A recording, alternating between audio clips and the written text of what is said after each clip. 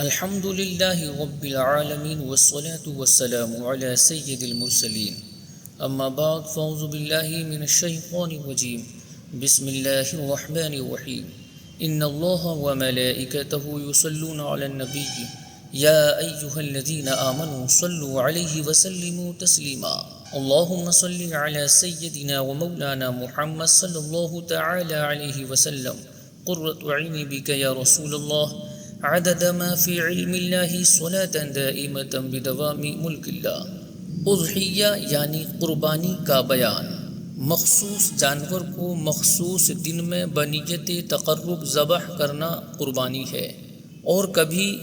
اس جانور کو بھی اضحیہ اور قربانی کہتے ہیں جو ذبح کیا جاتا ہے۔ قربانی حضرت ابراہیم علیہ السلام کی سنت ہے جو اس امت کے لیے باقی رکھی گئی،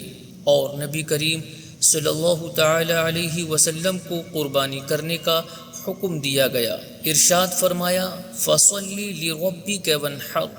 تم اپنے رب کے لیے نماز پڑھو اور قربانی کرو۔ اس کے متعلق پہلے چند احادیث ذکر کی جاتی ہیں، پھر فقہی مسائل بیان ہوں گے۔ حدیث نمبر 1، ابو داود، ترمذی و ابن ماجہ، ام المؤمنین عائشہ رضی اللہ تعالی عنہا سے راوی کہ حضور اقدس صلی اللہ تعالی علیہ وسلم نے فرمایا کہ یوم النحر یعنی 10ویں ذی الحجہ میں ابن آدم کا کوئی عمل خدا کے نزدیک خون بہانے یعنی قربانی کرنے سے زیادہ پیارا نہیں، اور وہ جانور قیامت کے دن اپنے سینگ اور بال اور کھروں کے ساتھ آئے گا، اور قربانی کا خون